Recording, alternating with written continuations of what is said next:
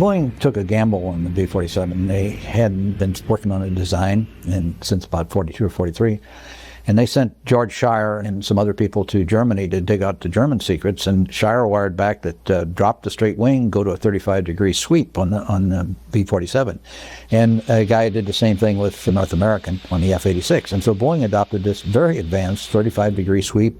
And they swept the empennage as well, which was a little bit unusual. They wouldn't necessarily have had to do that, but it looked better. Probably it was better for the airflow. There were probably good reasons for it. Then they had the problem of engine placements, and originally they had some of the most idiotic engine placements imaginable. They had them stuck, 6 engines stuck circumferentially around the fuselage, where any one of them blowing up would have been a catastrophe, and they potted them in the wings, and they had them all different. But they finally came up with the idea of putting them in the potted nacelles on a strut, and this had strength benefits and aerodynamic benefits. It was just perfect for a swept wing jet airplane. It was just the ideal setup, and you can still see it today. The A380, the 787, all have it. All the Boeing airplanes from the prototype 707 through all the way down, with the exception of the 737, followed that practice. The Douglas airplanes followed that practice. It was just a brilliant thing. The first time I saw a B-47 was really exciting. We'd heard about them, but this one came in to visit Castle, and it was just unbelievable. Of course, the guy had to show off. He made a low-level pass, came around, landed, lots of smoke and fumes and parachutes and stuff, and it was intoxicating. And the airplane was just beautiful. It was sculpturally a beautiful airplane, somewhat sinister, somewhat elegant, just absolutely beautiful, and it smelled good. Everything was good about it. And it was such an advance over the airplanes we were flying. I mean, it was just as obvious that this was the future. The B-47, like the F-86, had a big accident rate, and one of the big causes was that the Air Force didn't realize, and the pilots didn't realize, that this was a new breed of cat, and it demanded much higher standards of training, much higher standards of proficiency of the pilots. One of the problems was that the Air Force had become a bit of a flying club after the war. There had been a big demobilization, or a lot of guys stayed in because they loved to fly. There weren't any stringent regulations as yet, not until LeMay took hold of SAC. It was, at the period we were flying, it was still World War II mentality. You had to accept losses. We saw the films of the B-47s crashing on takeoff. We had the accident reports of the B-47. In 1957, there was something like, I might be a number or two off here, 43 fatal B-47 accidents, and something like 63 casualties. Now, don't vet me on the numbers, but it's in that magnitude. Today, can you imagine that if you lost 47, you couldn't lose 47 B-2s because we've only got, say, 18 of them flying. If you lost 47 B-52s, we'd have 3 left in the fleet, and the same on the B-1s. I mean, it was an incredible number. It was an interesting thing that you could fly the airplane routinely and be a perfect flight, and everything would go off perfectly, and you'd land and walk away from it. Other guys in other situations, equally competent, would get in a situation in which there'd be some minor distraction. And for example, you're in a descent, and say somebody says, wait a minute, I think the gear isn't down. And they take a look and they say, okay, you look back and, can you do this? All of a sudden, airspeeds build up to about 460, and they're coming through 15,000 feet at 7,000 feet a minute, and there's nothing they can do. They can't roll it out. They can't pull it out. They're gone at that point. And it was just an unforgiving aerodynamics of the airplane. One of the big fear factors in the B-47 was a dreaded thing that they call the coffin corner. And it was a place on the flight path that you could be flying at an airspeed, which if you were 1 knot higher, you'd go into a high-speed stall, which shakes the airplane, throws it out of control. Or you're 1 knot lower, perhaps you go into a low-speed stall, the conventional stall. You didn't have enough steam, so you'd fall out and stall, and again, you'd have real trouble. And it's true that point exists, and exists, I guess, for every airplane. But in reality, in flying the B-47s with ordinary care and flight planning and in an ordinary mission, you would never come close to it, and then it just wouldn't occur. Now there could be circumstances, and I guess guys did. They'd have to be diverted, or there'd be some other circumstance come about that they would go further and higher, and they could get into it. Now, a characteristic that led to this was that you flew the airplane at a constant power setting, And as fuel burned off, you gained altitude. And so you'd start out level off maybe with a fuel load, say just arbitrarily at 28,000 feet, and you'd set your speed so that you're carrying the desired Mach 0.74 speed. And over time, as you burned off fuel, you'd ease up foot by foot to maybe 34,000 feet, maybe higher, depending on how you'd started and your fuel load. And so conceivably, if you'd started off, you permitted that to happen, you could fly yourself to the point where you were in the coffin corner. The trickiest thing of all was the loss of an engine on takeoff. If you were taking off, and just at the point that you were about ready to take off, you lost an outboard engine, a number 1 or number 6. You had just very few seconds in which to do exactly the right thing. Now, the normal thing is when you get an airplane that's starting to go one way, you use aileron control to get it back. That was the wrong thing to do. That exacerbated things. Then you had to boot in the rudder and control the roll by the rudder instantaneously, or else you were going into a series of kangaroo-type hops that would ultimately end up in a bonfire. You'd burn yourself to death. There'd be no way out. No ejection seats weren't 0-0. There wouldn't be time for it anyway. And lots of airplanes were lost like that. I have to say probably the closest thing to a mid-air disaster was we were refueling behind a KC-97 tanker, and the piston engine tanker with a jet augmented by jets, but they were heavy and slow. We had to descend in a pattern to keep our airspeed up enough that we could keep flying. And he lost the number 1 engine. I saw it, just the explosion of black oil came around. It was just like a circuit, and he was gone back over us in an instant. We had accelerated so fast, and he had decelerated so fast that it was just in a second. Fortunately, he hadn't decelerated into us. If he had, it would have been all over, but mercifully, he had cleared us. So that was probably the closest thing to a mid-air disaster. I'll confess, if you like, to a couple of stupid goofs that I made. One of them, we were taking off on a unit simulated combat mission, maximum load. Okay, and I was a co-pilot still. And on the way up, we get a signal that the bomb bay doors are not fully shut. Okay, that means you're not going to make it. That's going to increase your drag so much that you're not going to have the range for the mission. And so we got to decide whether you're going to abort now. What are we going to do? So I volunteered to go down in the crawlway to look at it. We had walk-around bottles, so I unhooked from the seat and put on the walk-around bottle, went up, went down the thing, crawled back, saw that the doors were closed, and then passed out. Because what is not recognized, and hadn't been recognized at the time, is that while you've got a 10-minute walk-around bottle if you're sitting there, it's not a 10-minute walk-around bottle if you're moving. And so the AC, Hal McCarty, saw my legs weren't moving. He popped his throttles back and went into descent and made an emergency landing. And by the time he went through 12,000 feet, I'd revived, and I was all right.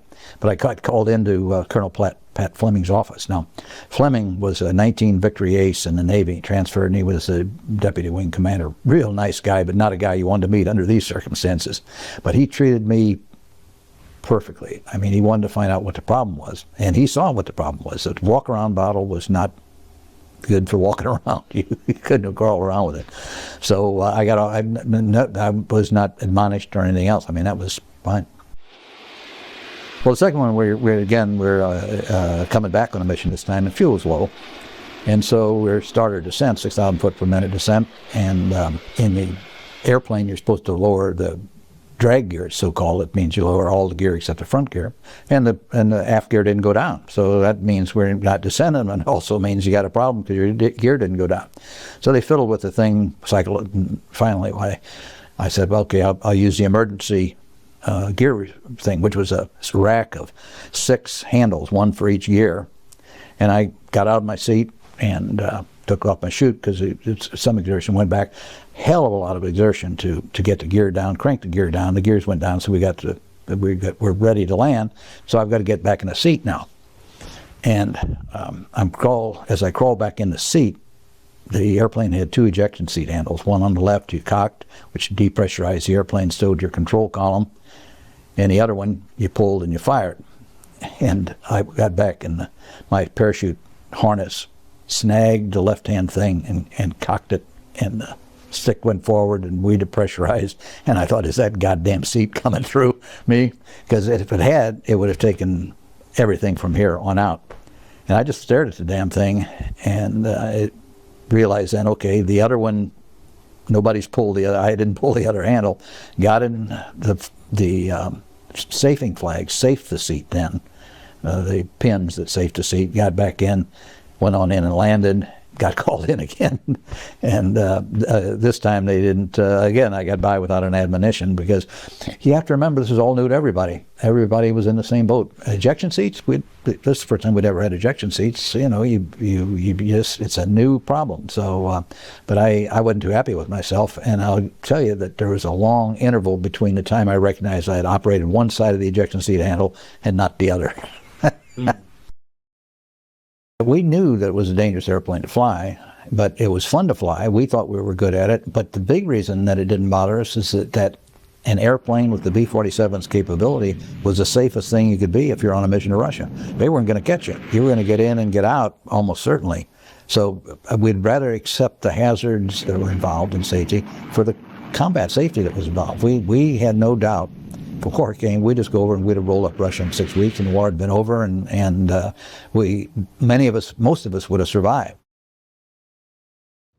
The Boeing B-47 Stratojet is a retired American long-range, 6-engine, turbo-powered strategic bomber designed to fly at high subsonic speed and high altitude to avoid enemy interceptor aircraft. The primary mission of the B-47 was as a nuclear bomber capable of striking targets within the Soviet Union. The Boeing B-47 Stratojet was the perfect strategic weapon for its time, so feared by its enemies that the bomber never had to perform its lethal nuclear mission. Sadly, the B-47 also suffered losses on a scale that would be utterly intolerable today. Over its lifetime, 203 aircraft, or about 10% of the total procured, were lost in crashes, with 464 deaths. The B-47 arose from an informal 1943 requirement for a jet-powered reconnaissance bomber, drawn up by the United States Army Air Forces, or USAAF, to prompt manufacturers to start research into jet bombers. Boeing was among several companies to respond to this request. One of its designs, the Model 424, was basically a scaled-down version of the piston-engined B-29 Superfortress, equipped with 4 jet engines. In 1944, this initial concept evolved into a formal request for proposal to design a new bomber with a maximum speed of 550 miles an hour and a cruise speed of 450 miles an hour, a range of 3,500 miles, and a service ceiling of 45,000 feet. In December of 1944, North American Aviation, Convair, Boeing, and the Glenn Martin Company submitted proposals for the new long-range jet bomber. Wind tunnel testing had shown that the drag from the engine installation of the Model 424 was too high, so Boeing's entry was a revised design, the Model 432, with 4 engines buried in the forward fuselage.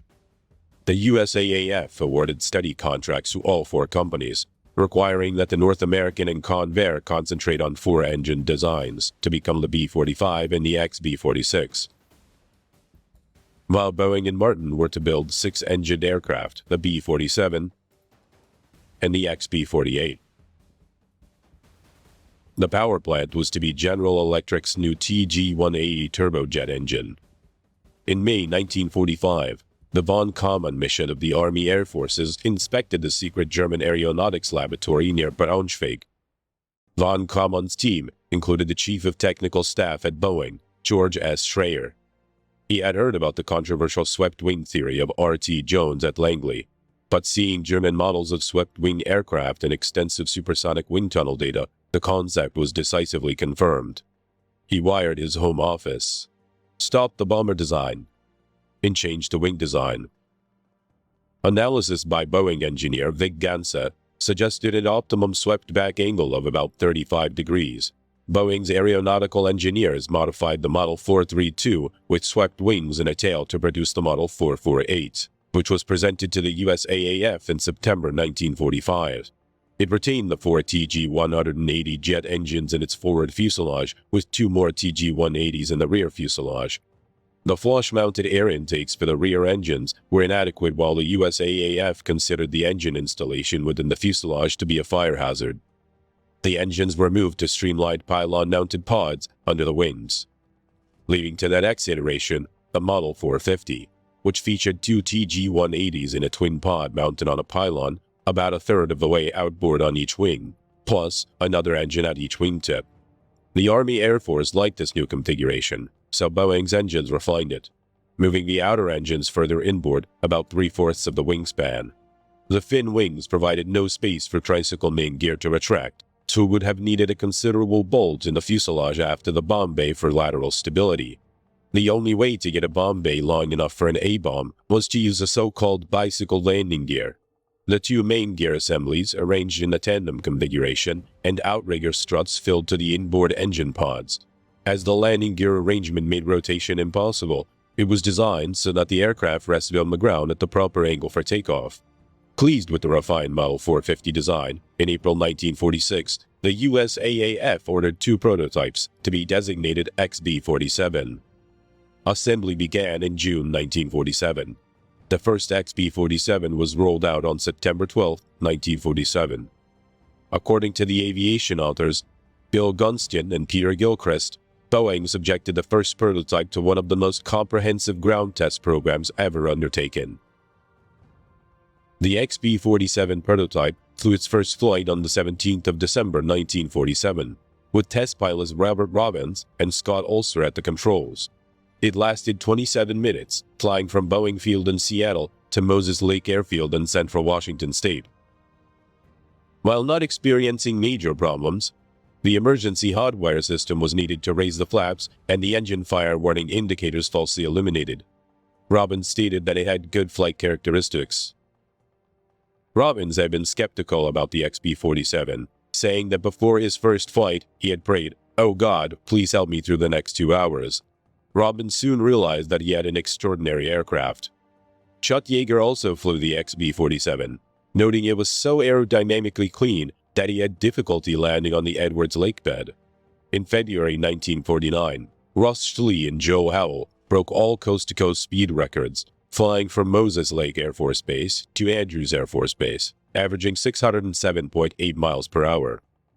During an early flight test, the canopy came off at high speed, telling pilot Scott Ulster.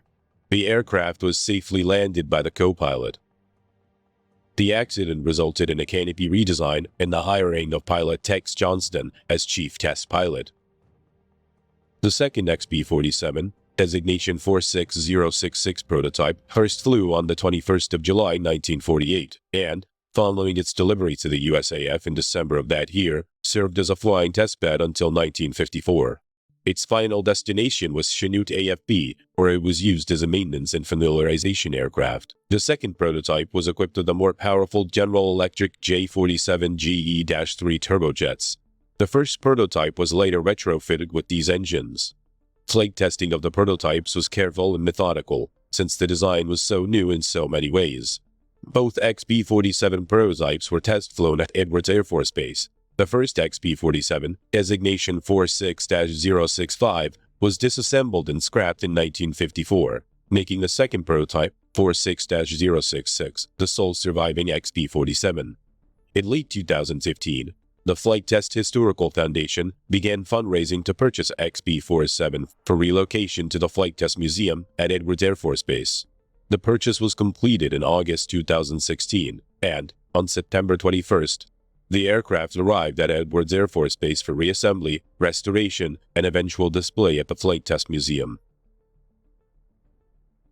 By mid-1948, the USAF's bomber competition had already been through one iteration, pitting the North American XB-45 against the Convair XB-46.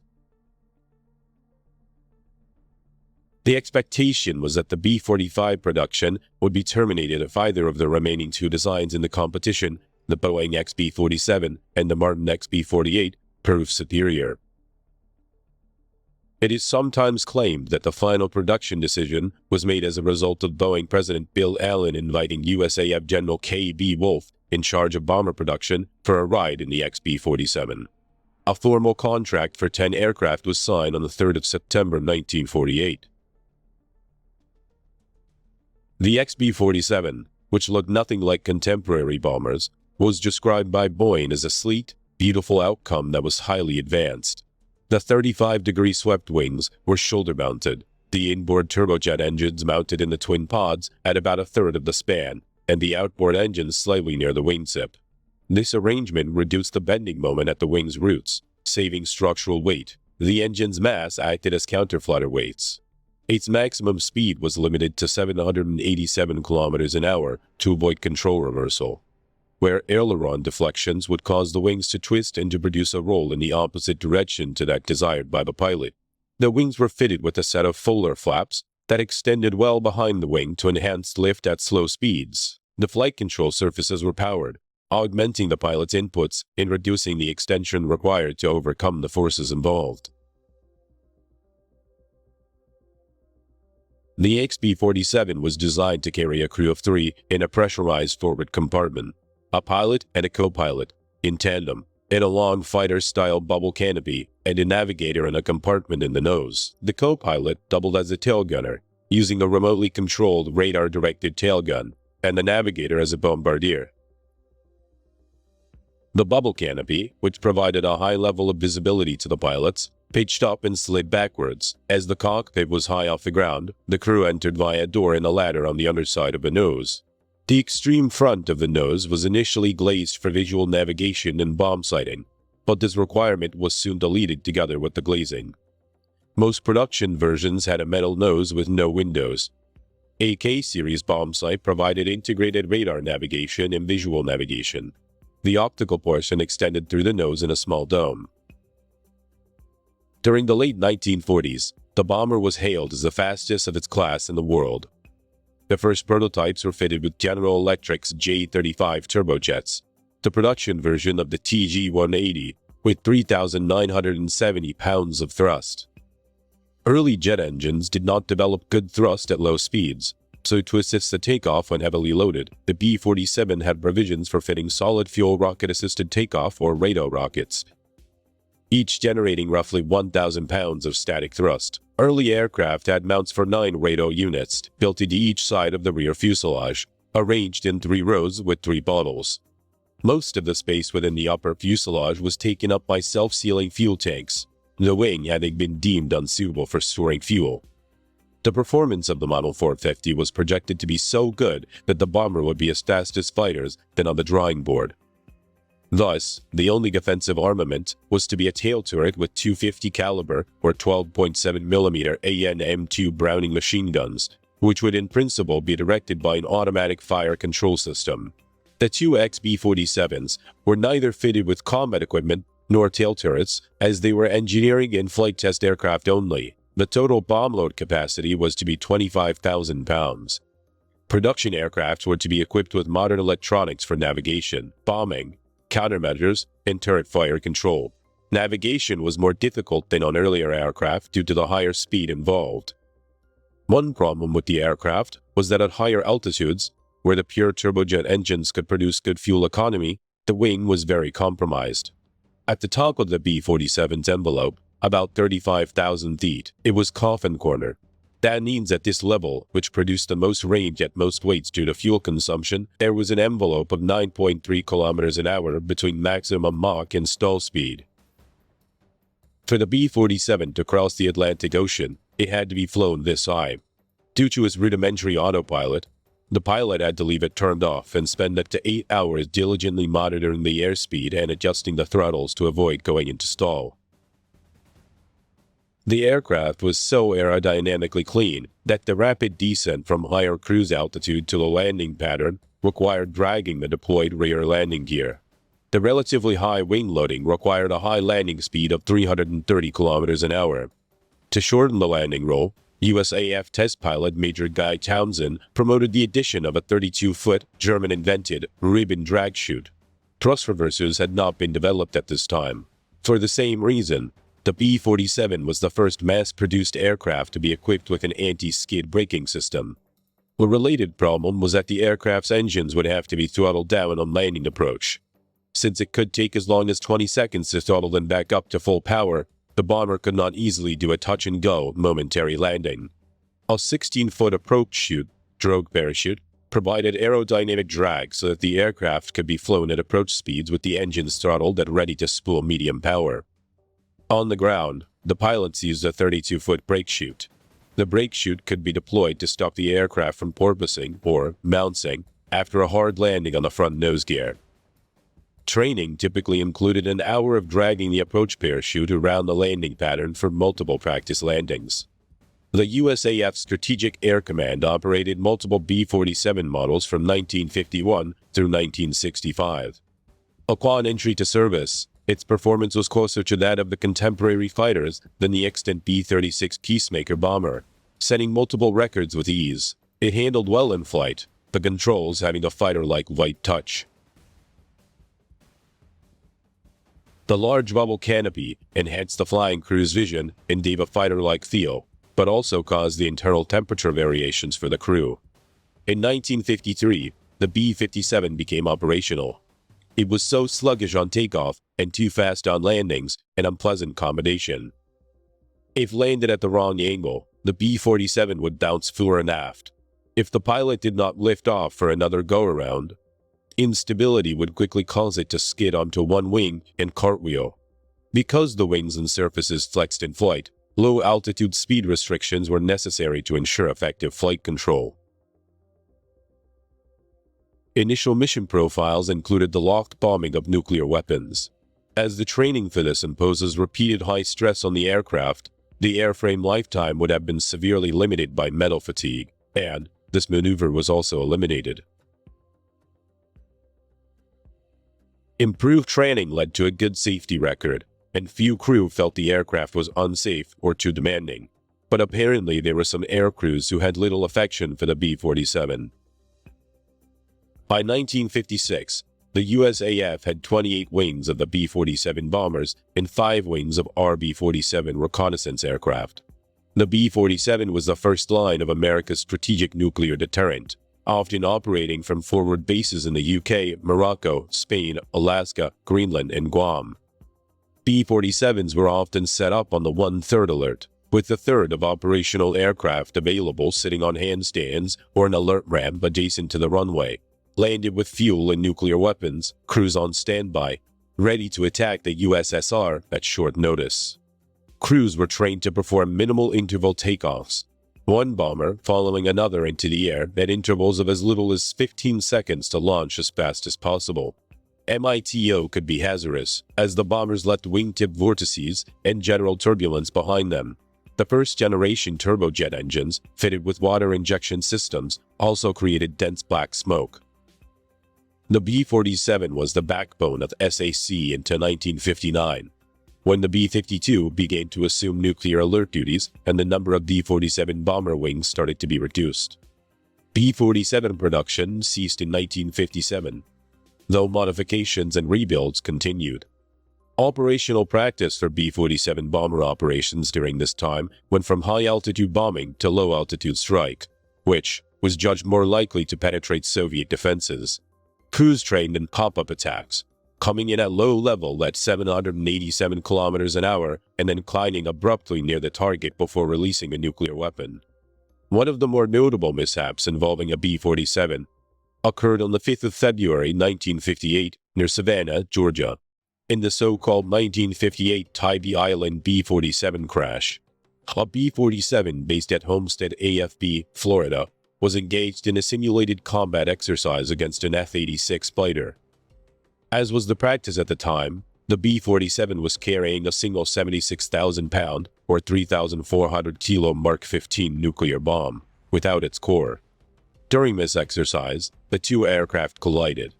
The F-86 crashed after the pilot ejected, while the B-47 suffered substantial damage, including loss of power and one outboard engine.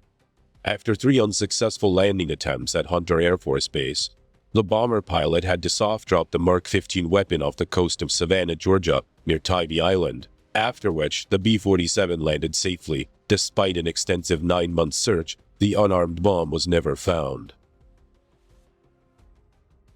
Additional fatigue problems appeared later, especially in the upper fuselage longerons, but for the most part, B-47s were cleared for flight.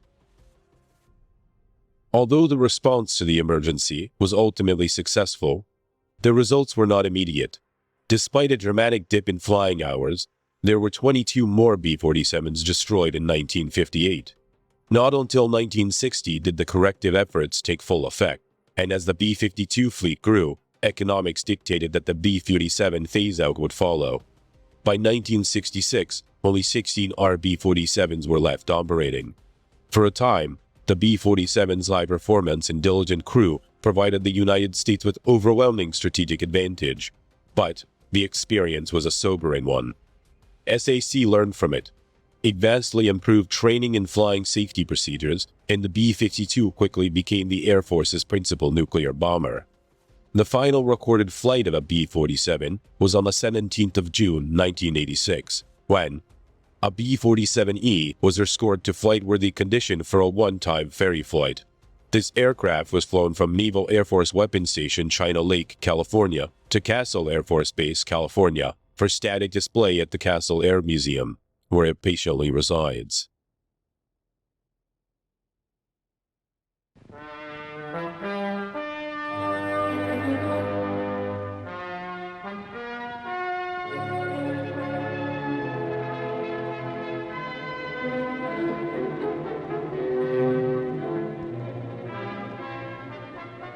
During 1954, the Boeing Airplane Company continued its defense production program with on-schedule delivery of B-47 medium bombers and RB-47 reconnaissance airplanes for the United States Air Force. In addition to the B-47 program, tooling up for the second source B-52 Stratofortress proceeded as planned.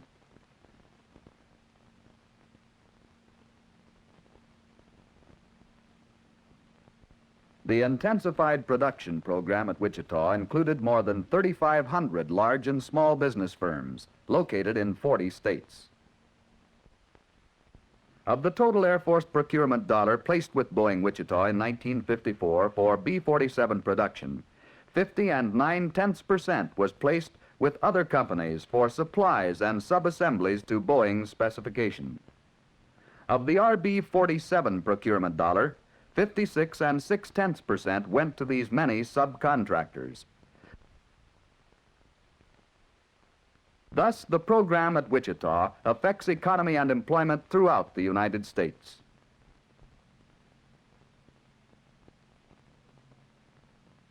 The Wichita plant's 1954 average employment was more than 28,000 men and women. And it was these men and women who on October 14th, 1954, proudly watched the 1,000th B-47 roll off the assembly line.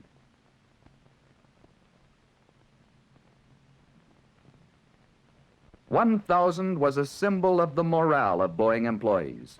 And on December 17th, just 7 years after the maiden flight of the XB-47, the Air Force takes command of number 1,000. Now flying with the 40th Bombardment Wing of the Strategic Air Command, number 1,000 is the milestone of 37 months of on-schedule production at Boeing in Wichita, dated December 1954. There have been changes, modifications over these 7 years. To meet these problems, a modernization program was initiated by the Air Force. Project Turnaround.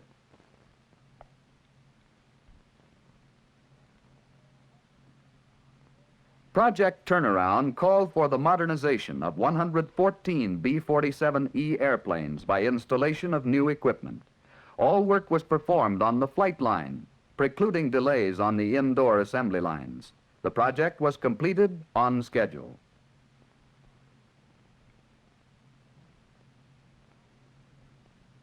Also during 1954, as part of the Air Force Inspect and Repair as Necessary program, IRAN, Boeing Wichita set up Project High Noon. This project called for the modernization of 161 B-47Bs on the flight line. These Stratojets underwent careful inspection and renovation. New items such as 20mm cannon turrets, E-type crew compartments, ejection systems, approach chutes, and the all-new external 33 rocket ATO system. The first B-47B was received June 1954. Redelivery is scheduled to begin February 1955.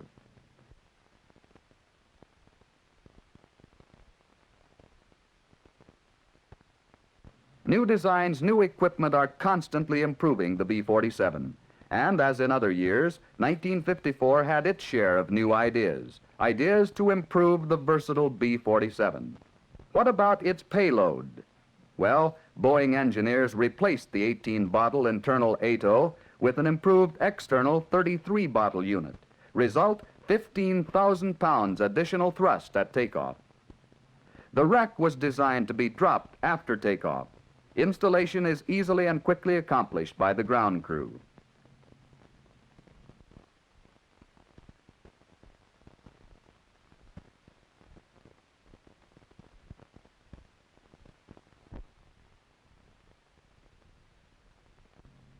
With no structural changes other than the new ATO unit and 32-ply tires, the taxi tests were begun with a gross weight of 230,000 pounds. After accelerating to a speed of 90 knots from a dead stop, the plane was brought to a halt with maximum braking and a deployed chute. The 32-ply tires used for these tests were immediately inspected. Using a hollow needle equipped with a thermocouple, temperature readings were taken of specific tire areas. Maximum centigrade readings: 57 degrees in the sidewall, 33 degrees in the shoulder, 48 degrees in the bead. All readings were well below the critical mark of 121 degrees centigrade.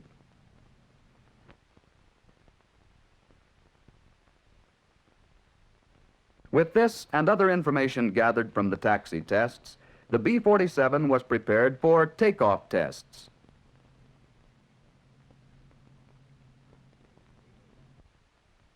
"33 ATO bottles installed. Gross weight 230,000 pounds. Center of gravity 38.3% mean aerodynamic chord.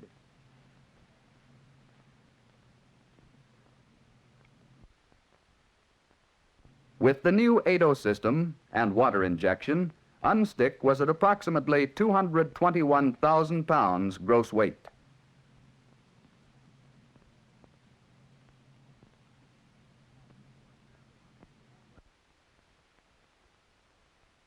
Once airborne, the ATO rack is jettisoned beyond the end of the runway.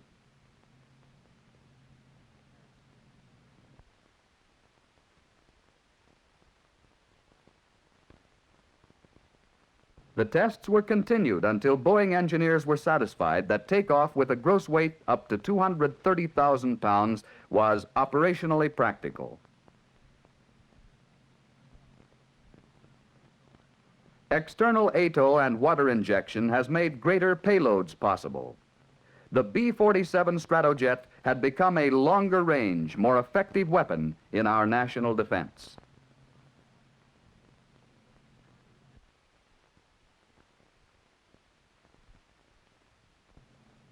Add to this the KC-97 Stratotanker, already in use by the Air Force, and the B-47 has achieved a hitherto unheard-of range for a jet bomber. Fuel for longer flights, bigger payloads, longer reconnaissance missions through continued improvement in design at Boeing. The B-47's 47-hour, 35-minute endurance record of 1954 can be broken again and again. This is progress.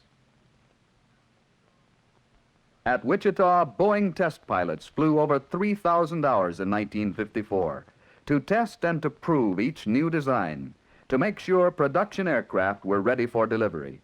And as production continues and increases, and as new designs are ready for testing, more hours will be spent in the air over Wichita.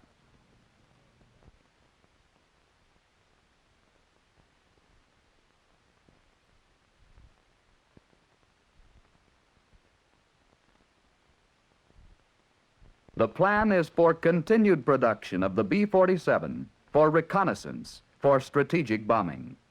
And the second source B-52 Stratofortress program is well begun. And the efforts of the Wichita men and women who build these planes will assure future on-schedule delivery. Through them, Boeing at Wichita is playing its part in the mission of the United States Air Force, a vital role in our national defense.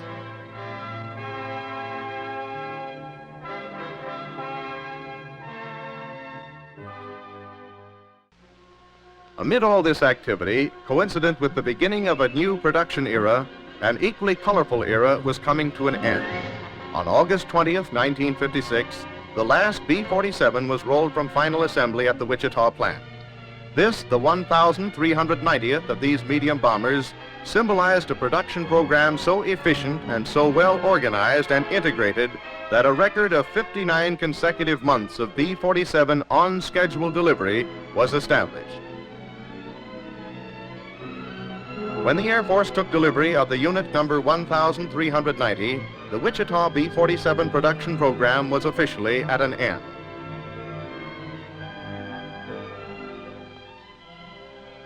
By no means, however, did the B-47 disappear from the flight lines or the factory. Since 1952, Boeing Wichita had been entrusted with full design responsibility for the B-47. And from an engineering standpoint, there was still much that could be done to improve and adapt the airplane for a wide variety of strategic uses.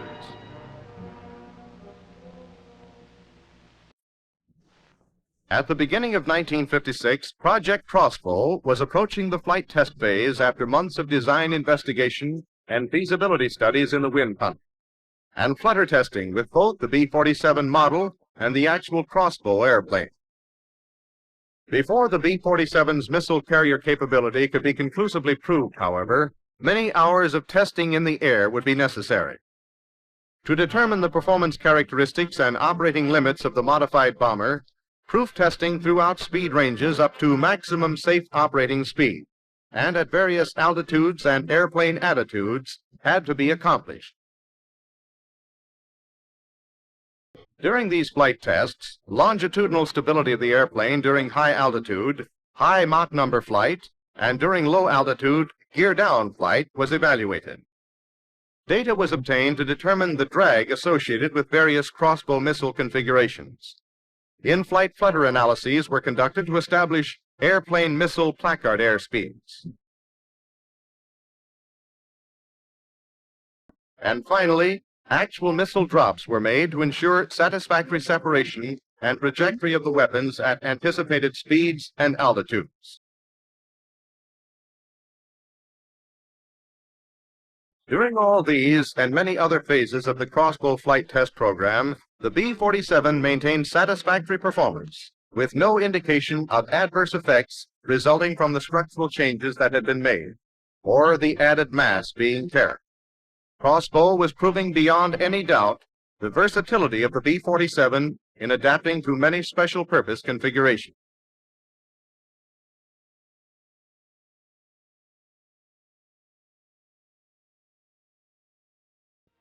By December 1956, the engineering and modification of two B-47E gravity bombers to a DB-47 director bomber configuration had been completed. These planes will be used for Air Force evaluation and suitability testing in the capacity of carrier vehicle for the Bell GAM-63 guided missile. Meanwhile, modifications required to convert 30 more B-47s to the DB configuration were being worked along with Project Ebb-Tide, the regular B-47 modernization and Iran program. Current planning calls for 25 of these bombers to be fitted with the required DB-47 equipment, which is then removed and shipped to an Air Force storage depot for installation at a future date. These airplanes themselves are then delivered to the Air Force in the B-47E or gravity bomber configuration. Actual launchings of the GAM-63 Rascal from a DB-47 configuration airplane were conducted during the year to evaluate the ability of control equipment to guide the missile to its target.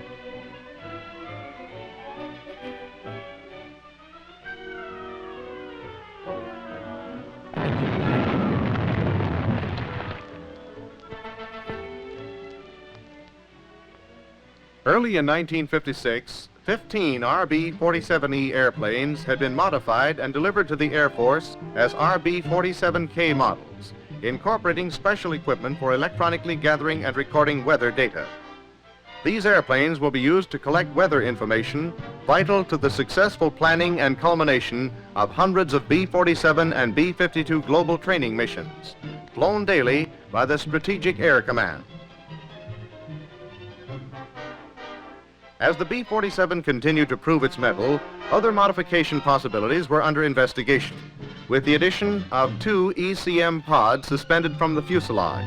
The basic B-47 configuration became a prototype external ECM pod aircraft. These external pods will have provisions for carrying either ECM or chaff dispensing equipment. The design, construction, installation, ground and flight testing of this prototype were accomplished at Boeing Wichita as one of the major B-47 programs in 1956. In the wind tunnel, still another version of the B-47 was being readied for its first flight to provide information required in the development of a prototype high-speed, high-altitude tactical tanker from a B-47E airplane. Basic modifications in this instance will include an additional bomb bay tank for increased fuel loading capacity and the enlargement of wingtip tanks to accommodate refueling equipment consisting of a 155 horsepower air turbine, the independent hydraulic system which it powers, and which in turn will drive the refueling reel and fuel transfer pump. With an operating range covering a 1,000-mile radius, the tanker version of the B-47, designated the KB-47, will be equipped to formate with 2 fighter aircraft simultaneously and will be capable of offloading a maximum of 50,000 pounds of fuel at the rate of 600 gallons per minute from each wing tank. Other than the KC-135, the KB-47 will be the only other airplane capable of fulfilling refueling requirements of the Tactical Air Command's Century Series fighters.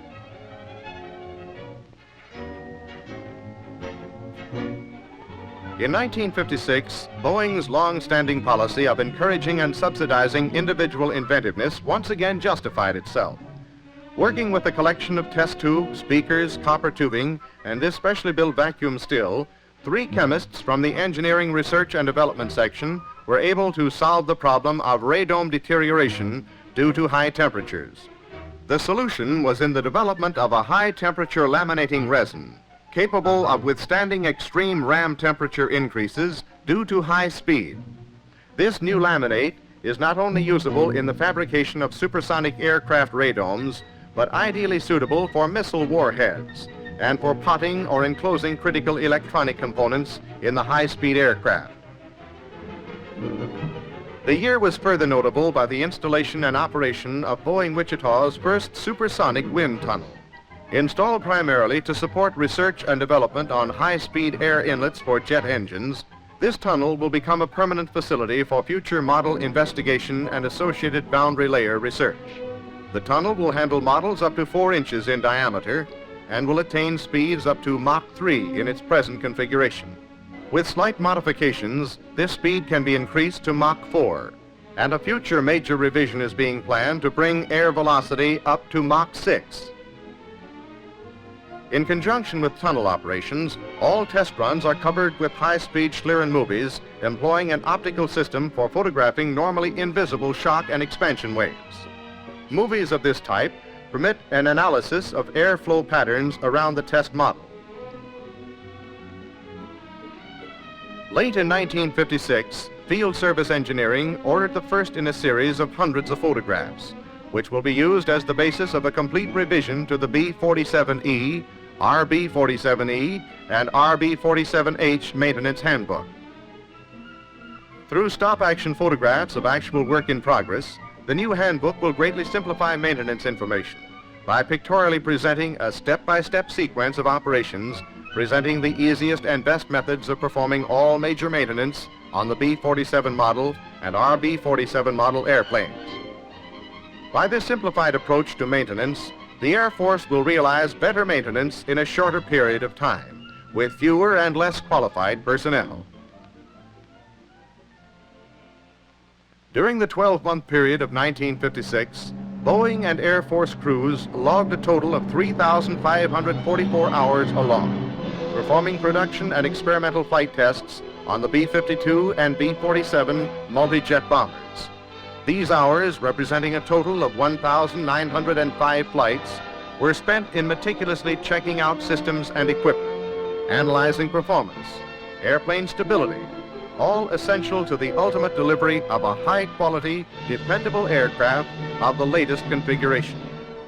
An additional 506 flights requiring 1,144 hours were flown by support aircraft, such as the Boeing KC-97 Stratotanker, that completed 79 aerial refueling contacts to keep the mighty bombers in the air. Altogether, more than 2 million miles were flown, or a distance equivalent to 85 flights around the world. In review, 1956 at Boeing Wichita has presented a picture of intense activity and indisputable progress. But such activity and progress is by no means unique. 1956 was a typical year, with typical problems and typical solutions, little different from many other years in the long and colorful history of the Boeing Airplane Company. What took place in 1956 is representative of Boeing's constant and relentless drive to keep abreast of the latest advancements in the state of the art. Representative of man's insatiable thirst for knowledge as he directs his tireless efforts to lay bare the scientific fundamentals that permit men to fly higher and faster, and to pinpoint a target miles below and outside the range of his own vision. Representative of the years of constant progress that have culminated in a fighting team second to none, the B-47 medium bomber and the B-52 global bomber, first line of defense in the Strategic Air Command.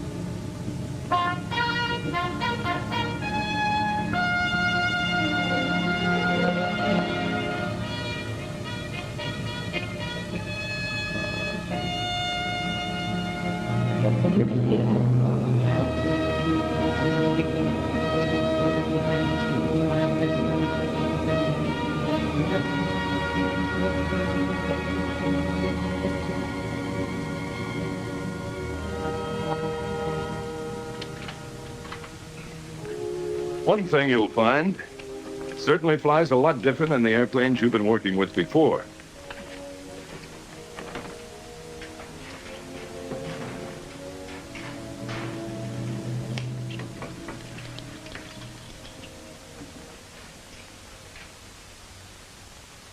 When you get in the front seat, even with an instructor pilot in the rear, you must have full knowledge of the aircraft, its systems, emergency procedures, its capabilities, and limitations.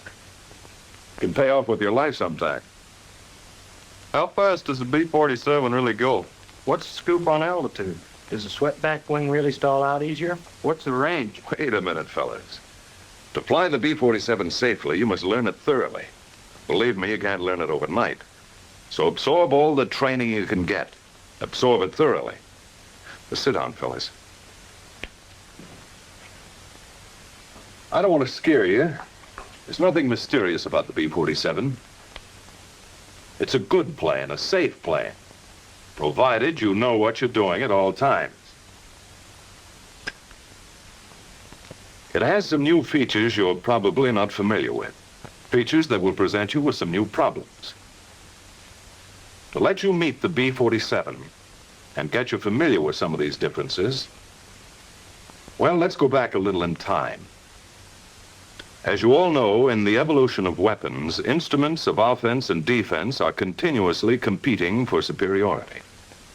You build a tank, then you develop an anti-tank gun. You build a bomber for offense, then a better fighter for defense. If it happens to be a jet fighter, then the logical next move is to produce a jet bomber, but quick. Well, that was about the situation in June, I think it was. June of 1943.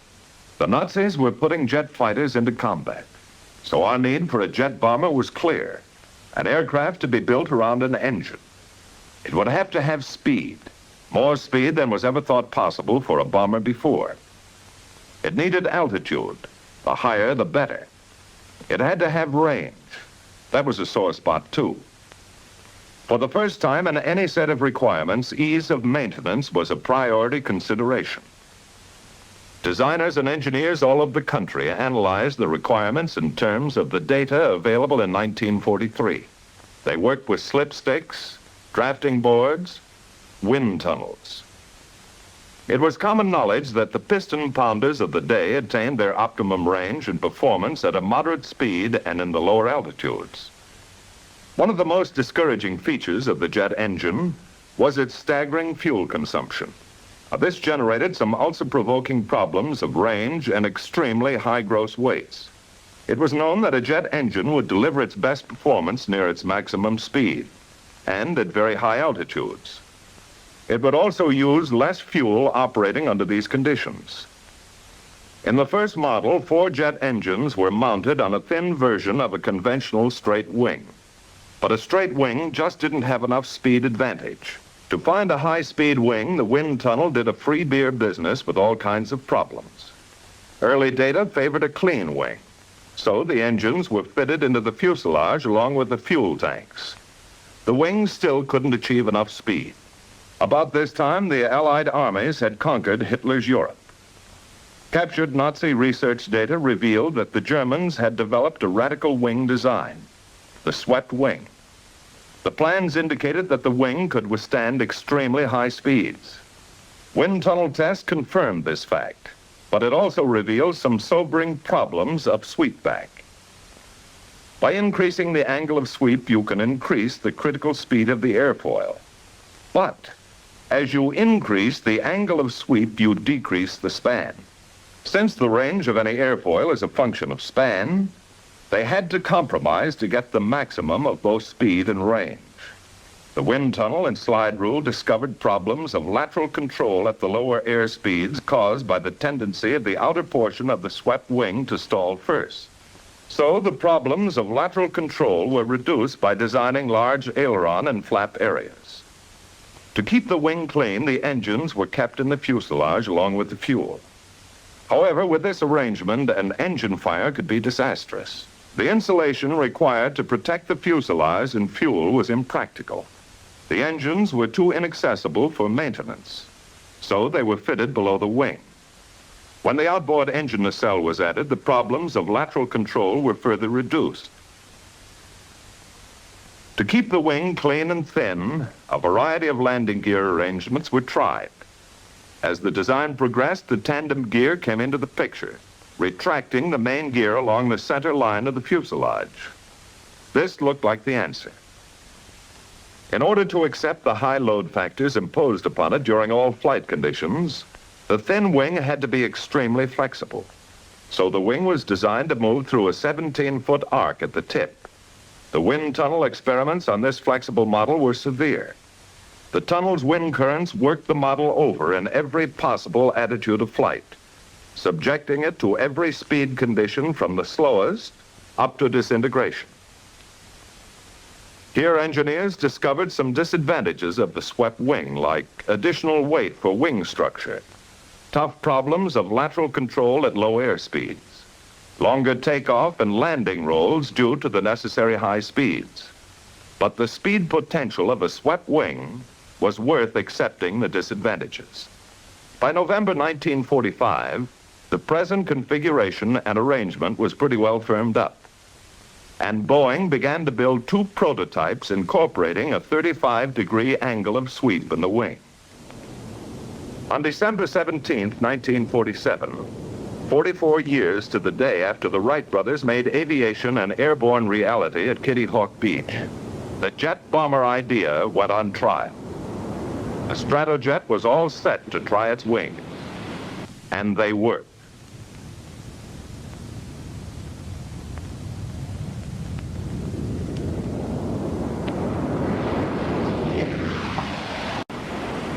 A bomber designed to have a margin of performance over all other aircraft. An offensive flying machine designed to aggravate the interception problem of fighters and frustrate every possible defense for years to come. It didn't take long to realize that we had the offensive weapon we ordered, that the Air Force had become landlord of the fastest bomber in the world.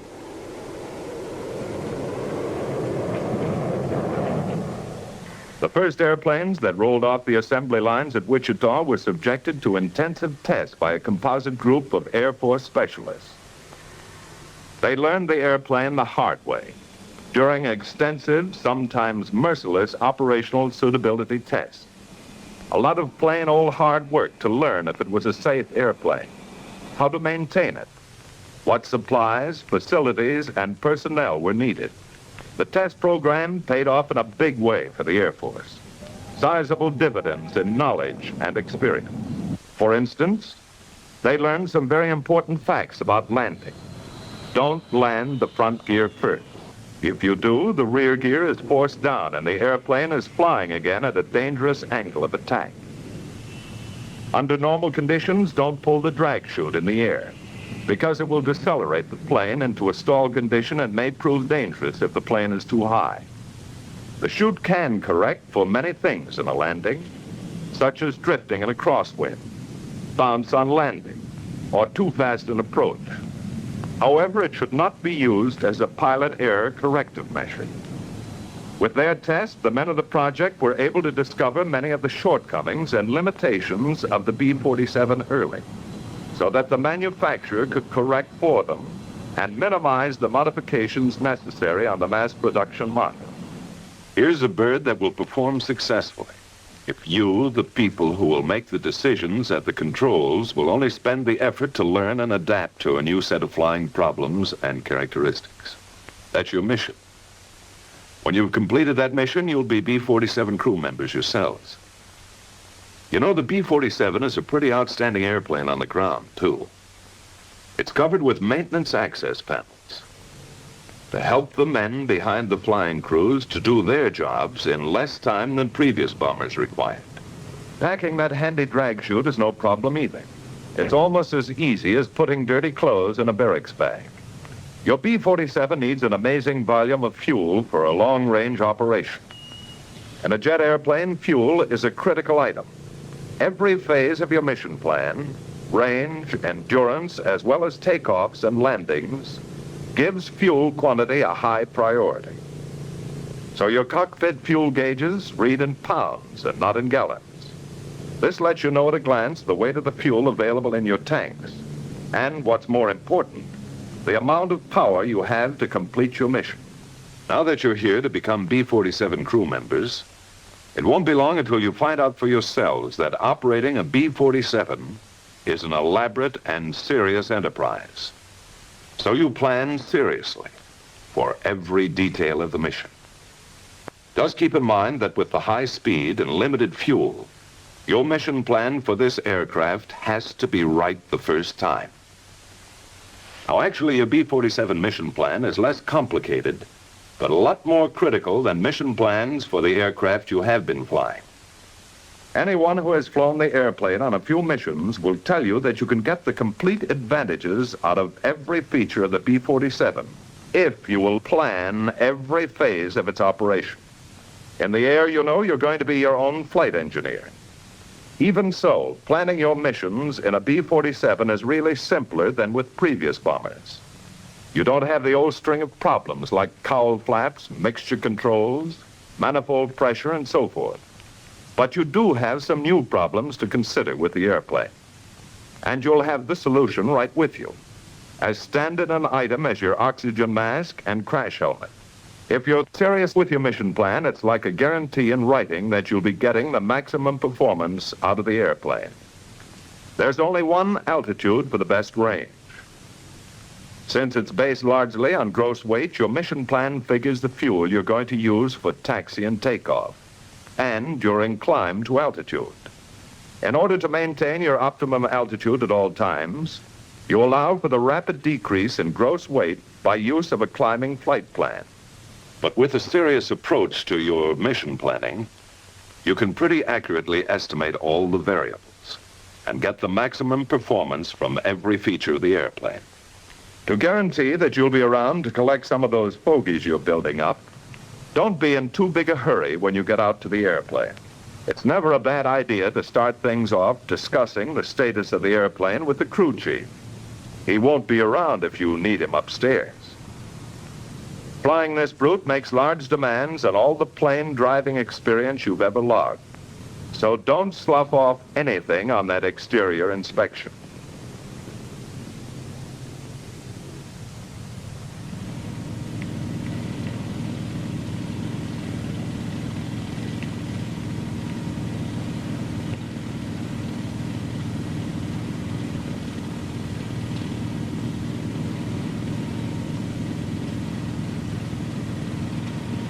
The three people who will make this piece of machinery a powerful tactical weapon will spend their flying time in an inner pressurized capsule, set high in the forward section. The cockpit checklist is designed to save time and fuel on the ground, because every minute the engine runs on the ground cuts a big chunk off your flying range. To complete the cockpit check requires interphone conversation between the three crew members and the man on the ground. Let's have an interphone check. Co-pilot ready. Navigator all set. Crew ready. Ready to check surface control. Boost off. Right aileron up. Left aileron down. When you're flying at high speeds, the air exerts an extremely heavy force on all the control surfaces. In this airplane, you have the option of greatly reducing the effort involved by cutting in the hydraulic power control system, the boost, to all the control surfaces. The newness of the airplane, with its new pattern of flying characteristics, required a new kind of control surface, the flaperon. They're practically identical to the flaps in every way, but their function is unique. They're available to minimize and perhaps eliminate a potentially serious problem of maneuvering the B-47.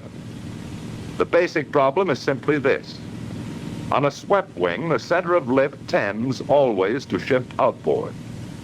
At low air speeds, in a stall for example, the still air on the top surface of the wing moves toward the wing tips and literally piles up.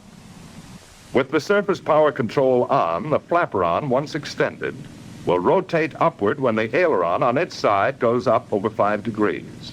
The flaperon actually spills the still air before it can pile up and create a serious lateral control problem at low air speeds.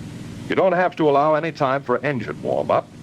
Once these jets are fired up, they're ready to fly. They do have a mean streak, so clear the danger areas well ahead and behind the engines and go to it. Ready to start number 4. Co-pilot ready. Burn clear and ready. Energizing number 4.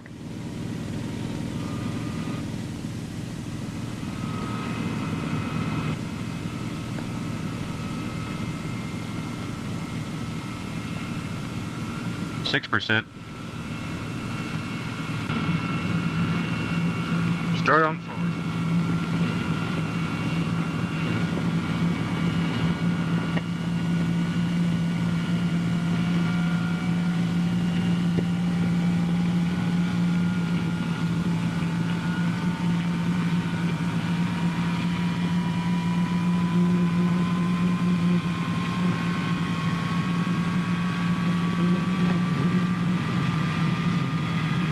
Turn around number 4, ready for 5. Don't be in too big a hurry to get them all going. There's no easier way to wash out a jet engine than poor starting technique.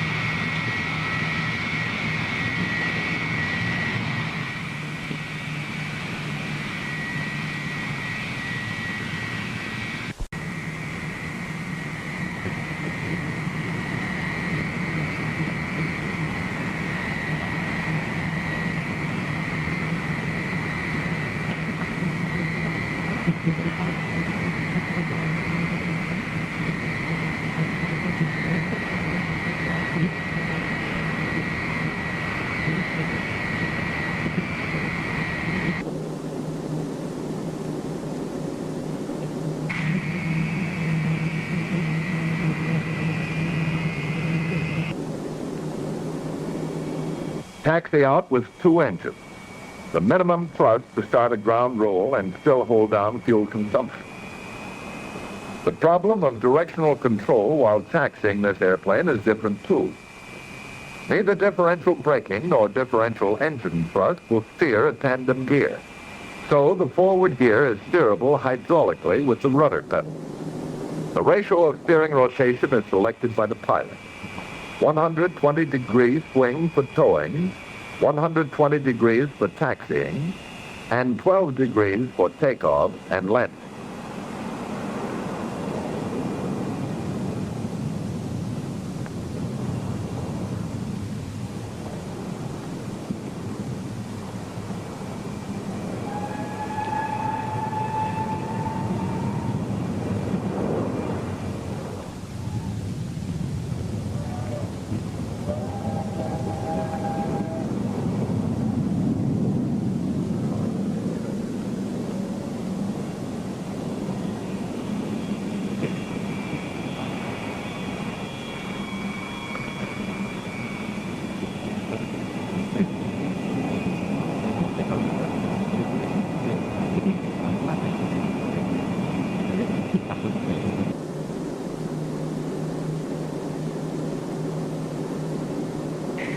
Once you're lined up on the runway, all you need is a final check and power for the takeoff roll.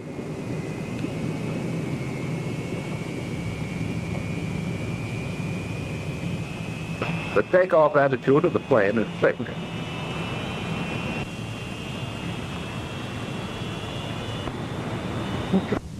You always take off and land with full flaps.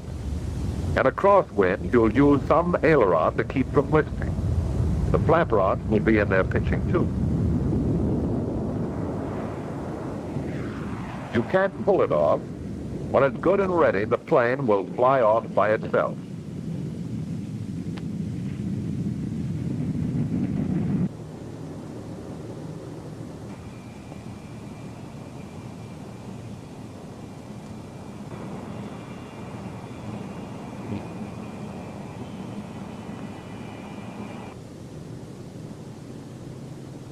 You never have to milk up the flaps.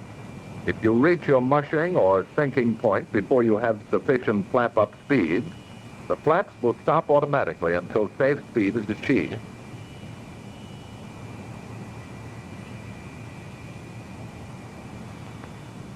Because of the inefficiency of jet engines at low air speeds, the plane requires a considerably longer ground roll.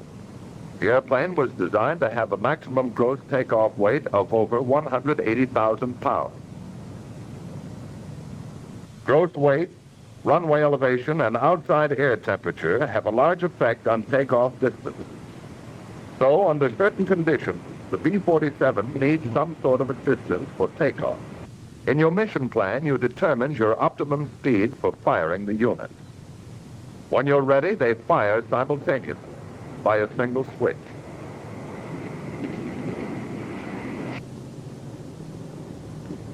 Reno.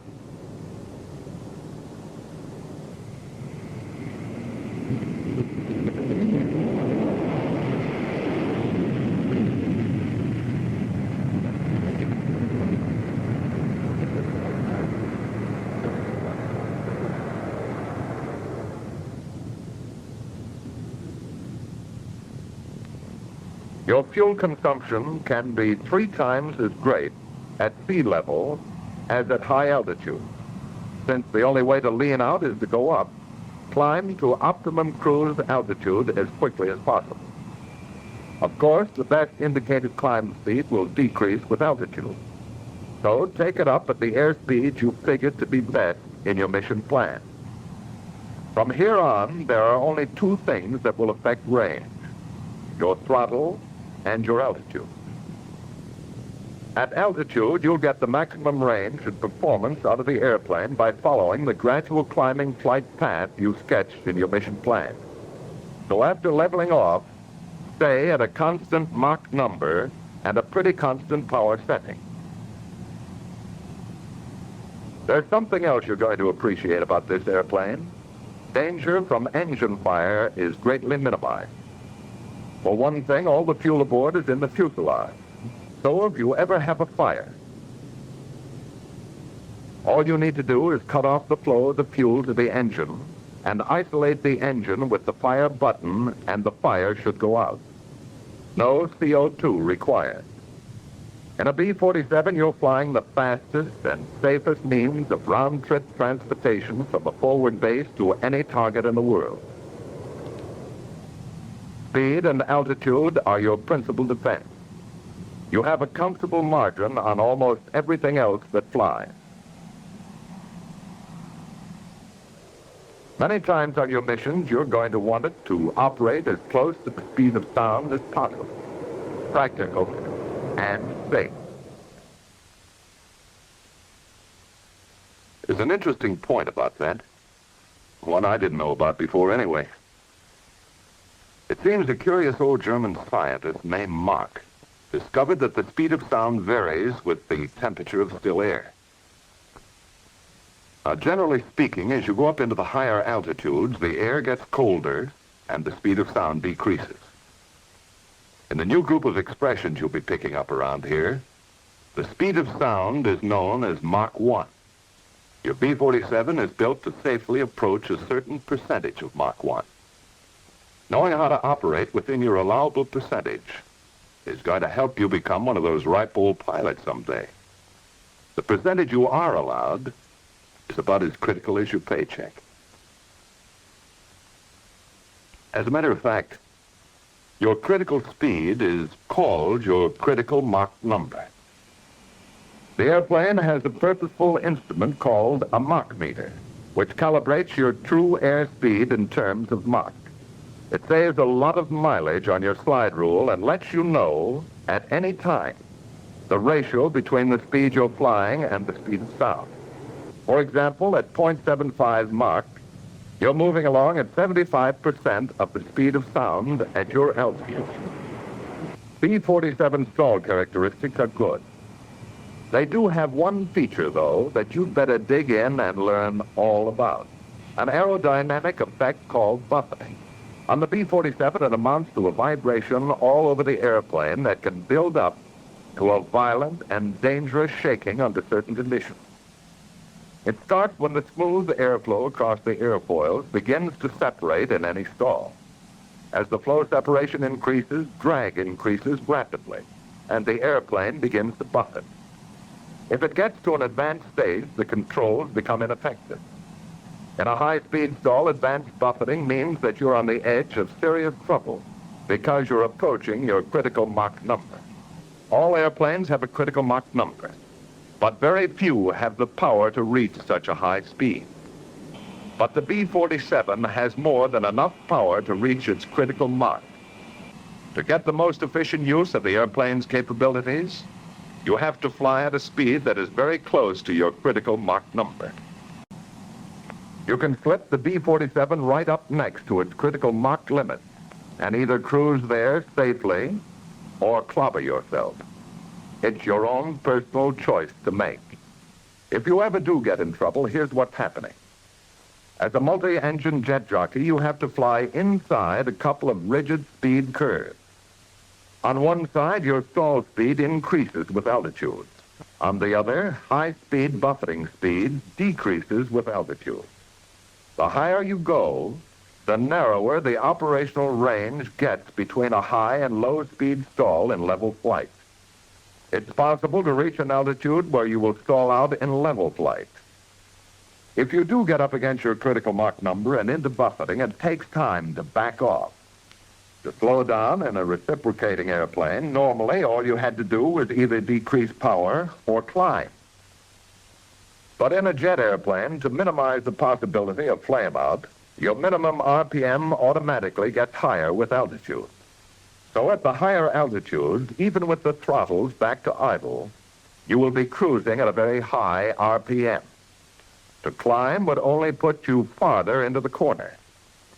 Because of pilot fatigue on the return from a mission or pilot error anytime, you can lose track of Mach number and the other variables until you have too much of all of them on your hands. For safety reasons, you have to keep an eye on the key instrument all the time. Of course, the best idea is to realize well in advance that you are approaching your critical Mach or stall speed and plan ahead. Letdown brings up another new group of special problems for solution. In order to avoid the enormous fuel consumption of low altitudes, you'll maintain your cruising altitude much closer to your destination point than in a prop-driven aircraft, practically over your home base. The main landing gear has over twice the total drag of the airplane. They act as your dive brakes. The rear gear and outriggers can be lowered at very high indicated airspeed. The front gear is lowered as soon as the aircraft has decreased speed to below 174 knots. Just hold the best indicated airspeed you estimated in your mission plan and come on down. As you approach your landing base, you spend a minute or two checking your fuel and computing your gross weight at the landing point. Once you've figured it out, you can determine your safest approach and touchdown speed. Many times you'll enter the pattern with full flaps and start slowing down as early as the downwind leg. Slowing the B-47 down, even in a power-off condition, is a time-consuming operation because there's no prop drag to help you, and the airplane is so clean. We have some pretty strong reasons for a well-calculated approach and landing. Remember this. Every 5 knots of excess airspeed costs you 1,000 feet of runway.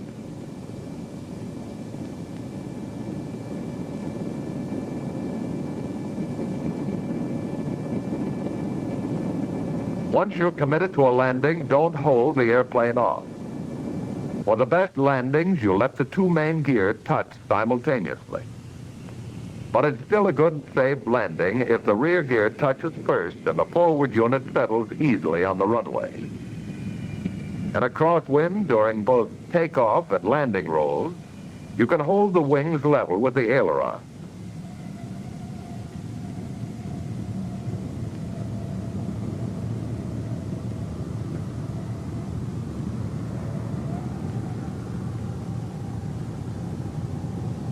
Jet engines produce a sizable thrust, even at idle RPM settings. takes about twice as long to go from idle to 100% as from 50% to 100%. So maintain about 50% RPM until you're certain of landing or going around. Remember, there's no lift across the wing from propellers. So if it's necessary to refuse a landing, decide it as early as possible and open the throttle.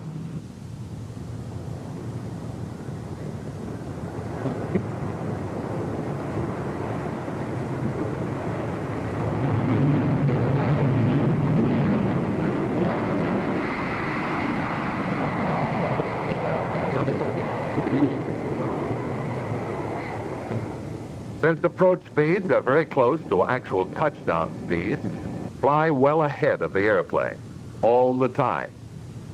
The jet engine slow reaction time doesn't allow you the privilege of last-minute decisions. Plan ahead. Remember, if your decision to go around is too late, you'll have to allow the plane to touch the runway after you apply full throttle.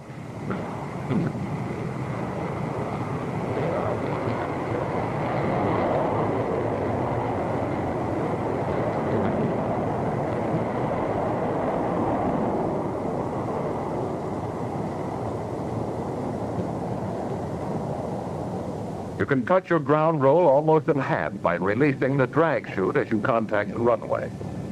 It's made a lot of good landings and safe landings out of potentially bad or dangerous ones. Remember, the chute can correct many errors like bounce, deviation in a crosswind, or a landing that's too fast.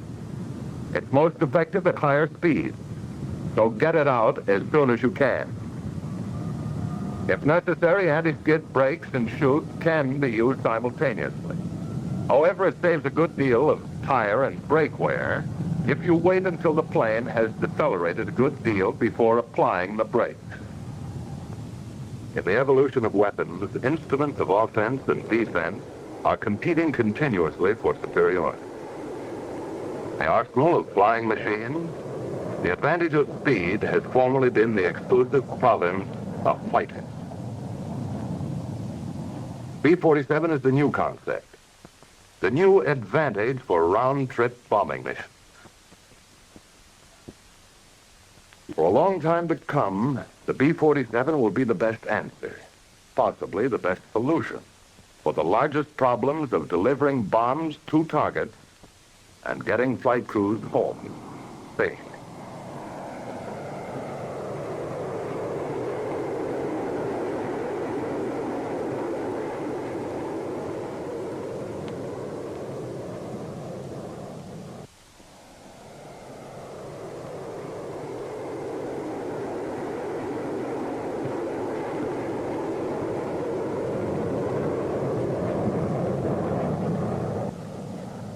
In the B-47, your greatest asset is speed. You'll have enough of it at your fingertips to make interceptions by present-day fighters extremely difficult. The B-47 has a way of flying all its own. It takes a little time and a lot of hard work to master it. But if you honestly like to fly, it's worth it. It's really the best.